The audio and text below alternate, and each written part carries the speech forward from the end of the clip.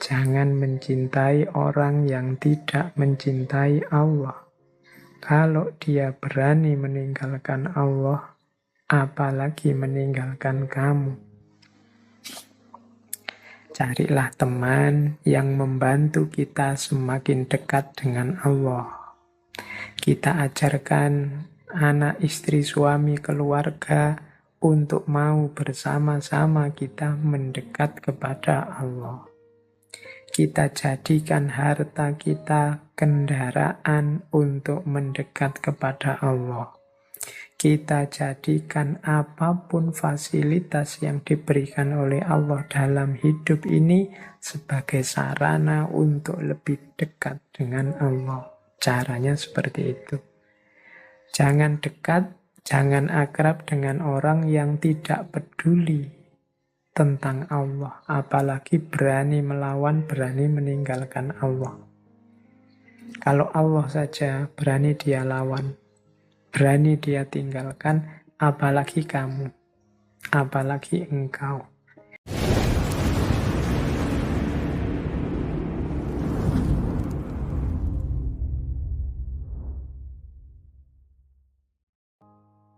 Assalamualaikum warahmatullahi wabarakatuh. Bismillahirrahmanirrahim. Kata Imam Syafi'i, engkau tak akan mampu menyenangkan semua orang. Karena itu, cukup bagimu memperbaiki hubunganmu dengan Allah. Dan jangan terlalu peduli dengan penilaian manusia. Di antara yang sering menghalangi kita, yang sering menghambat kita saat melakukan yang baik dan yang benar adalah penilaian manusia. Loh, memperhatikan penilaian manusia boleh, tapi dia tidak boleh sebagai variabel yang dipentingkan melebihi yang lain, melebihi ridho Allah, melebihi kebenaran dan kebaikan itu sendiri. Kalau dalam bahasa nilai, pandangan manusia ini posisikan di level tersier. Kalau bahasa usul fikih mungkin ini levelnya tahsiniyat. Ada ndak apa-apa, ndak ada juga ndak masalah, jangan tergantung itu. Mungkin makomnya hanya makom kepantasan saja. Kalau kita melakukan yang baik dan yang benar,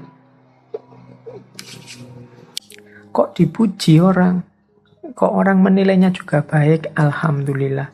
Tapi seandainya ndak dipuji sekalipun, bahkan dibenci, diiri orang, ya biar saja. Yang kita fokusi satu-satunya adalah ridhonya Allah, hubungan kita dengan Allah. Katanya Imam Syafi'i, engkau tidak akan mampu menyenangkan semua orang. Sebaik apapun, seluruh sebenar apapun yang kita lakukan, kita sampaikan, akan selalu ada orang yang tidak senang. Siapa yang punya channelnya YouTube, kalian merasa, ini loh yang saya sampaikan ini baik loh. Kok masih ada yang jempol ke bawah ya? Kok masih ada yang tidak suka ya?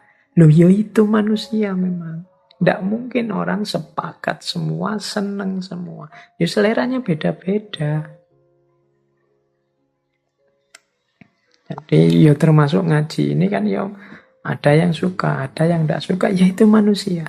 Isinya mungkin ada yang menganggap penting, ada yang menganggap alah kayak gitu aja. Itulah manusia.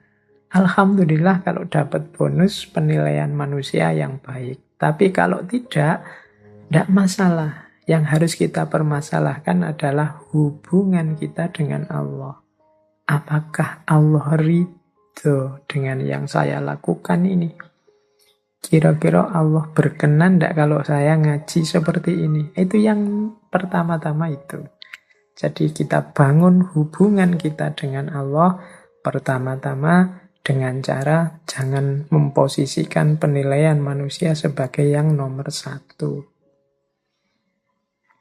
Terus jadikan akhirat di hatimu, dunia di tanganmu, dan kematian di pelupuk matamu. Oh, ini orientasi hidup yang menurut saya ideal. Hati kita isinya akhirat.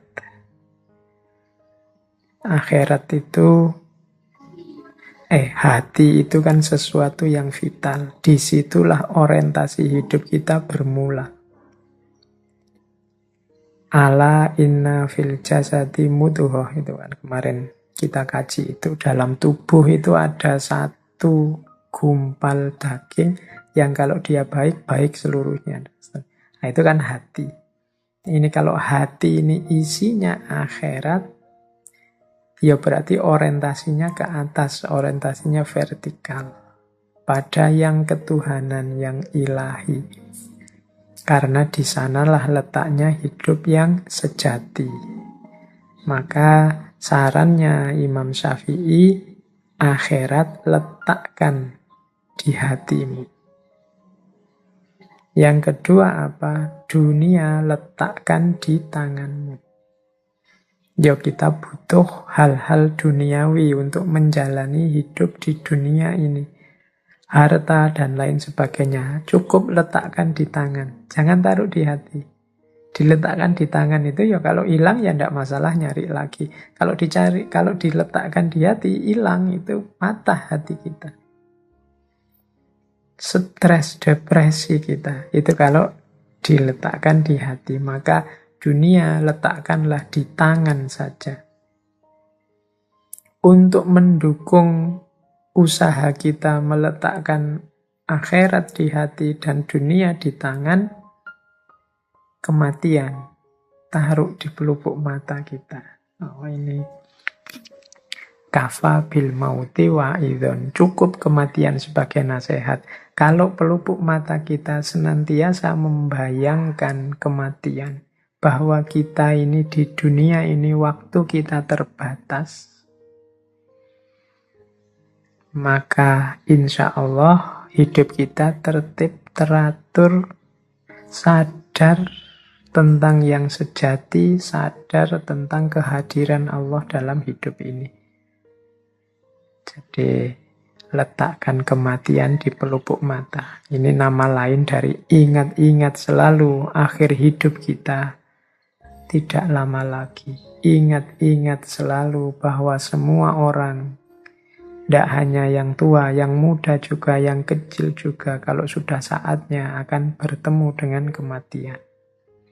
Ini akan membuat hidup kita lebih tertib, lebih serius, mendekat kepada Allah, dan lebih fokus pada hidup akhirat daripada hidup dunia. Ini nasihat yang kedua tentang hubungan dengan Allah. Terus jangan mencintai orang yang tidak mencintai Allah. Kalau dia berani meninggalkan Allah, apalagi meninggalkan engkau. Wah, ini kalimatnya agak romantis. Jangan mencintai orang yang tidak mencintai Allah. Kalau dia berani meninggalkan Allah, apalagi meninggalkan kamu. Carilah teman yang membantu kita semakin dekat dengan Allah. Kita ajarkan anak, istri, suami, keluarga untuk mau bersama-sama kita mendekat kepada Allah. Kita jadikan harta kita kendaraan untuk mendekat kepada Allah. Kita jadikan apapun fasilitas yang diberikan oleh Allah dalam hidup ini sebagai sarana untuk lebih dekat dengan Allah. Caranya seperti itu. Jangan dekat, jangan akrab dengan orang yang tidak peduli tentang Allah, apalagi berani melawan, berani meninggalkan Allah. Kalau Allah saja berani dia lawan, berani dia tinggalkan, apalagi kamu, apalagi engkau. Nah, ini putri-putri yang mau menikah, cowok-cowok yang sudah punya pasangan, coba dicek pasanganmu orang yang berani meninggalkan Allah atau tidak. Kalau dia berani, ya dinasehati biar tidak berani. Diberi wawasan-wawasan tentang Allah dalam hidupnya, tentang kehadirannya dalam hidupnya, tentang kekuasaannya dalam hidupnya, sehingga dia tidak berani lagi meninggalkan Allah. Tapi kalau dia masih saja berani meninggalkan Allah, cari jalan biar dia tidak berani. Oke, karena Allah saja setelah dia tahu bagaimana posisi, bagaimana peran, bagaimana kekuasaannya, setelah dia tahu ini kok masih meninggalkan, masih melawan, harus kalian hati-hati, apalagi hanya meninggalkan kalian, apalagi hanya mengecewakan kalian. Jadi jangan mencintai orang yang tidak mencintai Allah. Kalau dia berani meninggalkan Allah, apalagi meninggalkan kamu.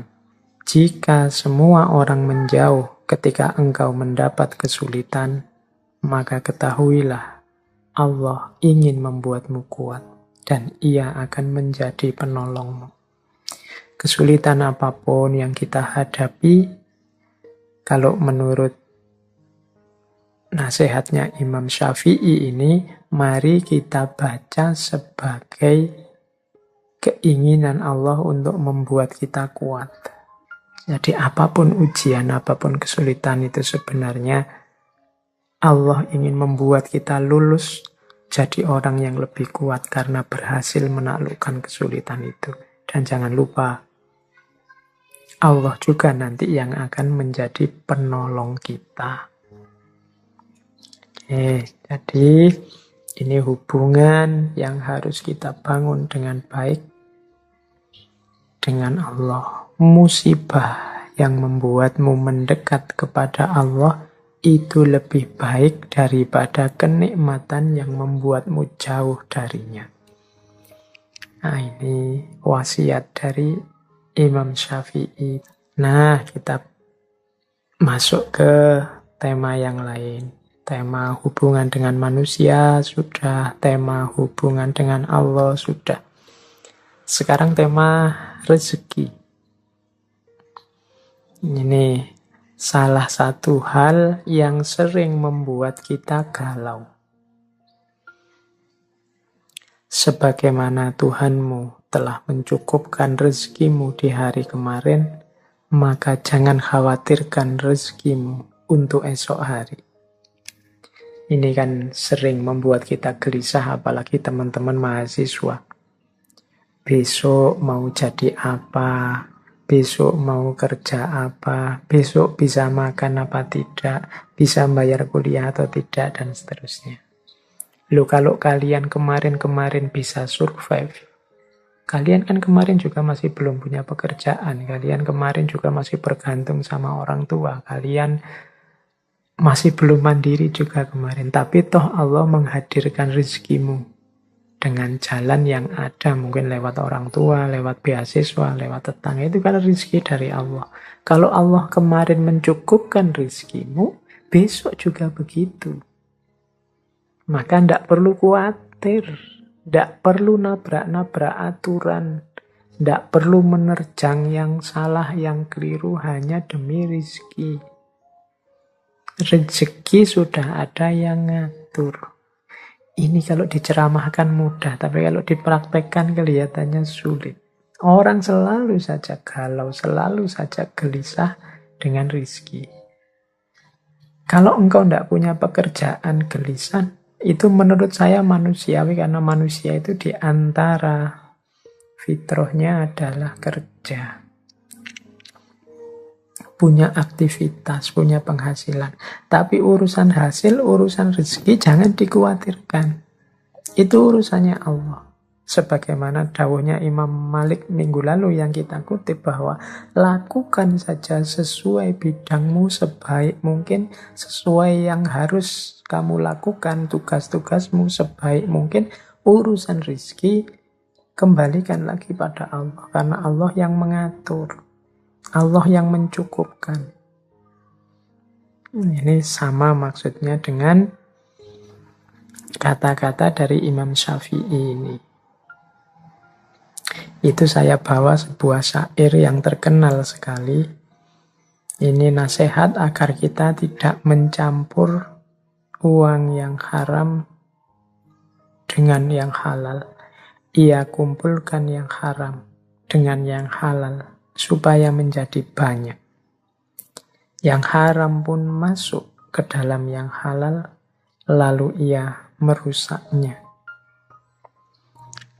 Oke, ini ada cerita di balik syair ini. Jadi satu ketika ada seseorang yang menghadap ke Imam Syafi'i. Orang ini mengeluhkan rizkinya tidak cukup. 1 bulan dia mendapat gaji 500 dirham. Tapi gaji sebesar ini rasanya sudah besar. Kok masih susah memenuhi kebutuhan sehari-hari dalam 1 bulan. Orang ini mengadu pada Imam Syafi'i. Nah, nasihatnya Imam Syafi'i agak aneh. Katanya Imam Syafi'i, oke, bulan depan kamu mintalah gajimu diturunkan menjadi 400 dirham saja. Oh, ini aneh ya, orang merasa kekurangan kok gajinya tidak cukup malah diminta turun. Tapi karena yang meminta seorang ulama besar yang dekat dengan Allah, ya dituruti. Minta penurunan gaji. Bulan depan gajinya jadi 400 dirham. Tapi tetap 400 dirham pun dia masih kesulitan, masih kekurangan. Menghadap lagi pada Imam Syafi'i. Terus katanya Imam Syafi'i, wah ini ada yang salah. Coba kamu minta turun lagi 300 dirham untuk bulan depan. Ini orang ini semakin heran, loh kok tambah turun? 500 rasanya kurang, 400 masih kurang, sekarang disuruh 300. Tidak apa-apalah, yang menyuruh beliau insya Allah ada hikmahnya, ada rahasianya. Diikuti. Minta diturunkan 300 dirham. 300. Nah, setelah 300 gajinya, rasanya kok malah tenang. Rasanya tidak banyak lagi kebutuhan macam-macam. Rasanya kok cukup dibuat apa saja dalam 1 bulan. Alhamdulillah. Padahal kemarin 500 rasanya tidak cukup. 400 rasanya tidak cukup. 300 kok rasanya malah cukup. Kembalilah dia menghadap pada Imam Syafi'i. Kok bisa? Sekarang saya merasa cukup gaji saya, meskipun jatuhnya hanya 300. Nah, Imam Syafi'i terus memberitahu, wahai saudaraku, sebenarnya pekerjaan yang engkau lakukan itu memang layaknya gajinya hanya 300. Sehingga sisa yang 200 ini sifatnya kelebihan. Dan ini yang kecampur dalam gajimu yang halal. Sehingga membuatnya tidak barokah kalau dalam bahasa Islamnya. Karena tidak barokah, ya rasanya kurang terus. Rasanya ada saja kebutuhan-kebutuhan baru yang sehingga 500 ini tidak cukup. Tapi ketika engkau mengambil hakmu pas sesuai jatahmu, yaitu 300. Sekarang hartamu sudah bersih, isinya halal semua, dan disitulah letaknya barokah. Nah, ini urusan rezeki berarti kita harus hati-hati. Yang halal dan yang haram ketika dia ngumpul, yang haram akan merusak yang halal. Ketika yang halal dirusak dengan hadirnya yang haram, harta kita jadi tidak barokah. dan tidak ada hubungannya dengan jumlah, dengan kuantitas.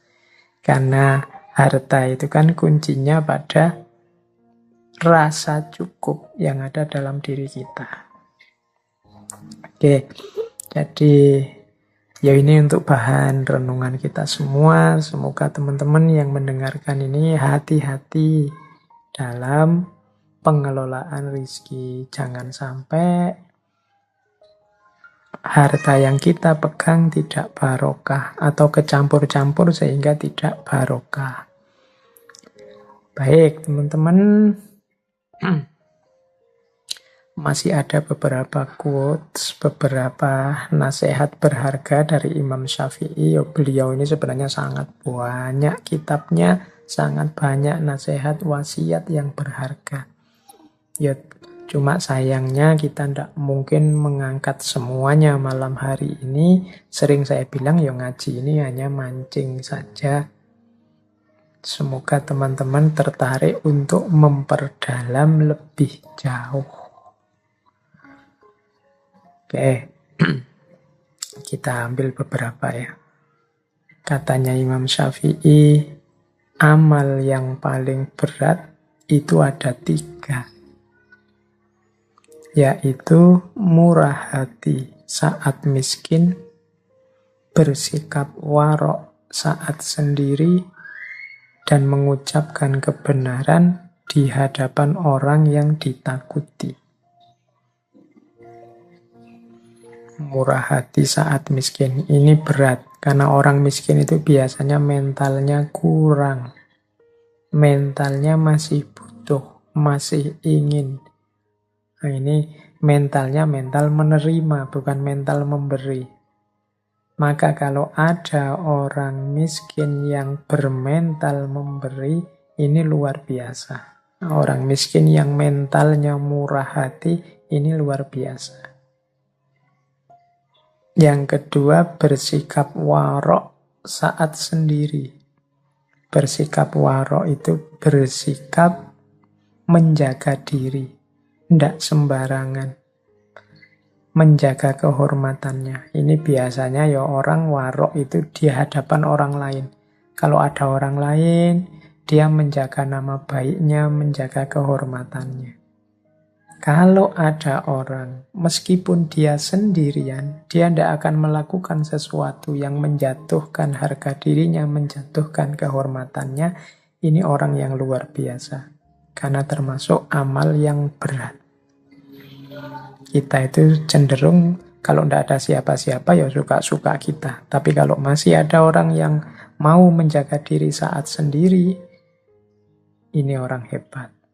Dan yang terakhir, mengucapkan kebenaran di hadapan orang yang ditakuti. Nah, ini juga berat. Kalau ada orang yang kita takuti kan kita pengennya minggir saja, tidak bersentuhan dengan dia. Tapi kok orang ini saya takuti, tapi aku harus menyampaikan kebenaran padanya.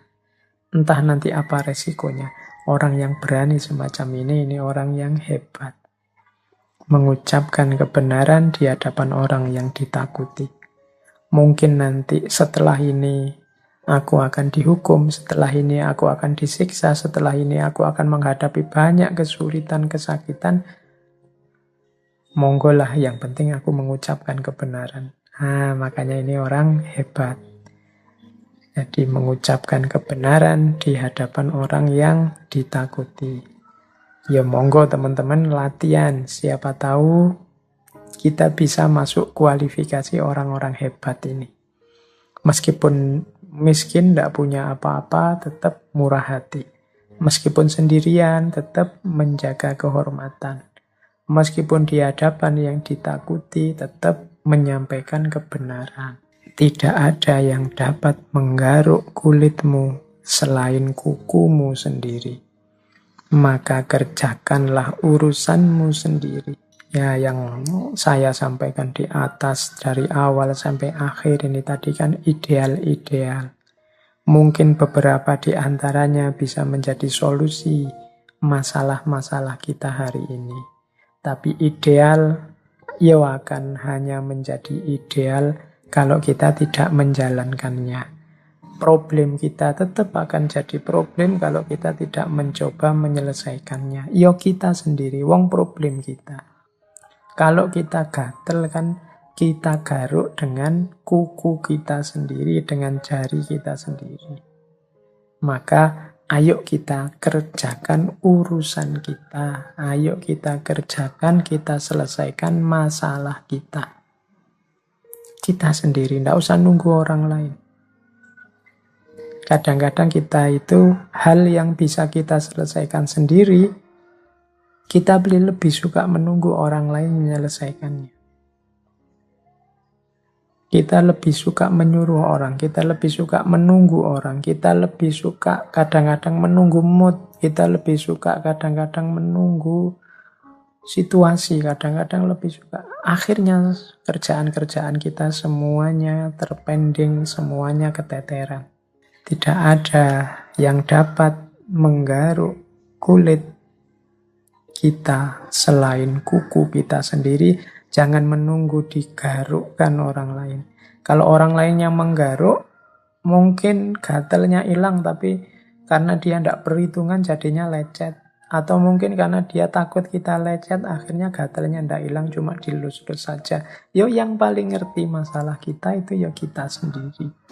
Nah, yang terakhir untuk penutup, ini ada kalimat. Kalimat ini tertulis di cincinnya Imam Syafi'i yang beliau pakai di jari kiri. Kalimatnya bunyinya ini. Kafa billahi iqotan li Muhammad bin Idris. Artinya, cukuplah Allah sebagai pegangan. Cukuplah Allah sebagai sandaran yang dipercaya oleh Muhammad bin Idris. Nah, ini dibawa kemana-mana oleh Imam Syafi'i, mungkin untuk mengingatkan beliau bahwa hidup ini pada akhirnya kunci utamanya adalah keimanan kita, kepercayaan kita kepada Allah. Cukup Allah saja, semua masalah akan selesai. Cukup Allah saja, hidup ini akan beres. Cukup Allah saja, apapun kesulitan, kegalauan dalam hidup kita tidak akan ada artinya. Kafa billahi sikotan li Muhammad bin Idris. Oke, semoga ini juga bisa menginspirasi kita. Orang yang beriman kepada Allah, orang yang kepercayaannya sangat dalam akan Allah, maka dia hidupnya akan dipenuhi dengan cahayanya Allah. Dia hidup dengan penuh harapan, tapi sekaligus tidak sembrono karena dia juga punya khauf, punya rasa takut kepada Allah. Hidup yang tidak sembrono, tapi juga hidup yang tidak putus asa. Hidup yang serius berusaha, tapi juga hidup yang mau untuk tawakal. Hidup yang siap melakukan ikhtiar, tapi juga siap menerima segala ketetapan dari Tuhan. Nah, hidup seperti inilah yang ideal dalam Islam. Hidup yang menjadi kunci kebahagiaan duniawi maupun ukhrawi.